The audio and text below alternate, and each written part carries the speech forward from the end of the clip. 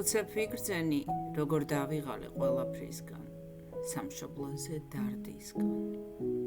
გონება აბნეული და აზრდაბნეული ქართველების გაუთავებელი ლანძღვა გინებისგან და მერე მათივე მოჩვენებითი ცოდვათა მონანიებისგან.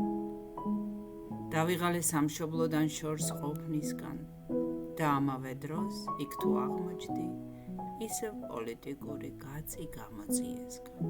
საცოდავ ქართველობას ფანატიზმად რომ ქცევი.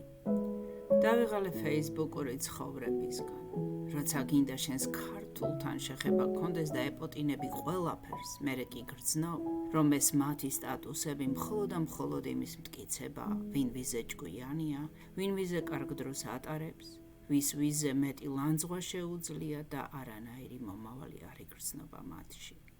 არანაირი წინსვლა, მხოლოდ და მხოლოდ წარსულის ქექვა, ძველზე ტირილი და დარდი, არა სიამაყე და სიკეთე, არც მომავალზე დაფიქრება.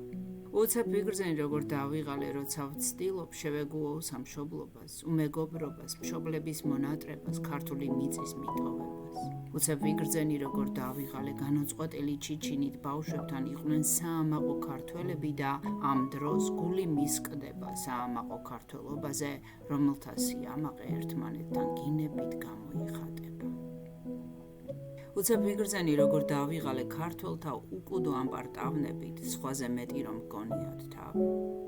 უცებ ვიგრძენი, როგორ დავიღალე, რომ შევიგრძენი, რომ სურვილიც არ გააჩნიათ შეცვალონ რამე, მოეფერონ ან შეაქონ სხვები, აპატიონ, გამოასწორონ, მოისმინონ და გაიზიარონ, წაიკითხონ და თან გაიაზრონ. იქნებ ვწდებითო, თავს ჩაეკითხონ, ან შევრიგდეთო, საქმეს ვუშველოთ.